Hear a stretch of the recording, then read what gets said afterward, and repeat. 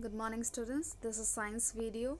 We were doing chapter number 10 and I have explained work in the previous video, and today we are going to start with the fill in the blanks and a topic simple machine, that is on page number 86. So come to your book and open the page number 86. You will find out fill in the blanks and simple machine topic on that page. So in the fill in the blanks, you have to fill the blanks with the blue pen or black pen, and you want to use pencil because it erases after some time. So you will use blue pen or black pen for the fill ups. Clear? After that, simple machine topic is given. I will explain it. You have to understand it, and if you have any problem, you can ask me in the WhatsApp. So let's begin with the fill in the blanks on page number 86. This is the fill in the blanks on page number 86. As you can find out, the options are given, so you have to choose one correct option on the fill in the blanks. You will write the proper spelling as well. A push or pull applied on an object is called force. So you will write down force over here with the blue pen or black pen. Choice is yours. The ball falls back to the earth due to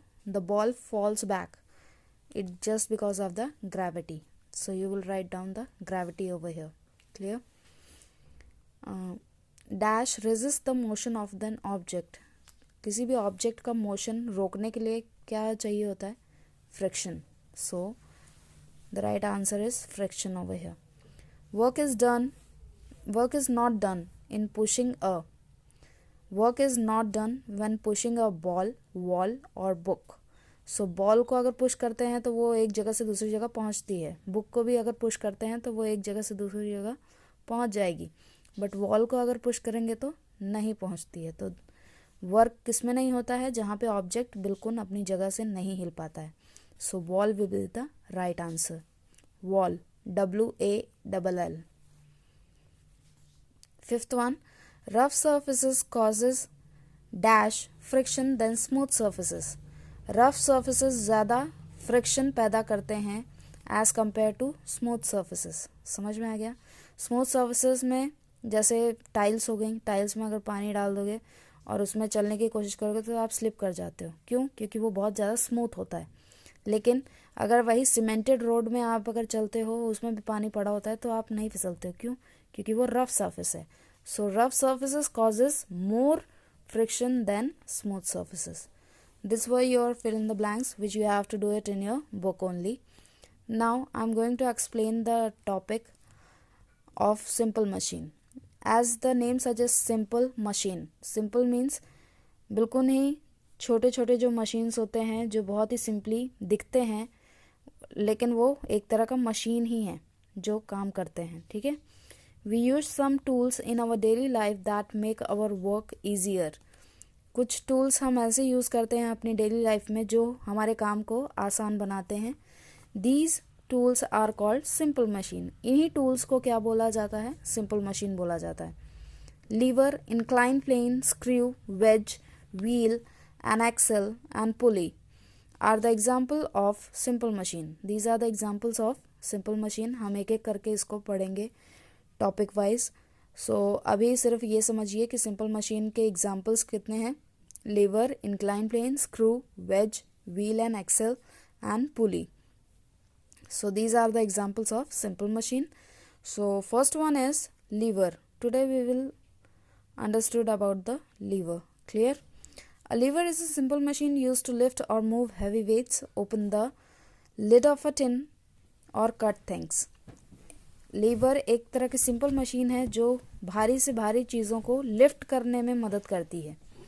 open a lid of a tin, किसी भी ढक्कन को खोलने में मदद करती है. Cut things, चीज़ों को काटने में भी मदद करती है.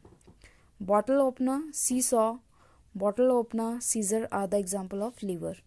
सीसॉ देखा होगा आप पार्क में जब भी खेलने जाते हैं तो पार्क में सीसॉ लगा होता है, झूला जो नीचे होता है फिर ऊपर आता है.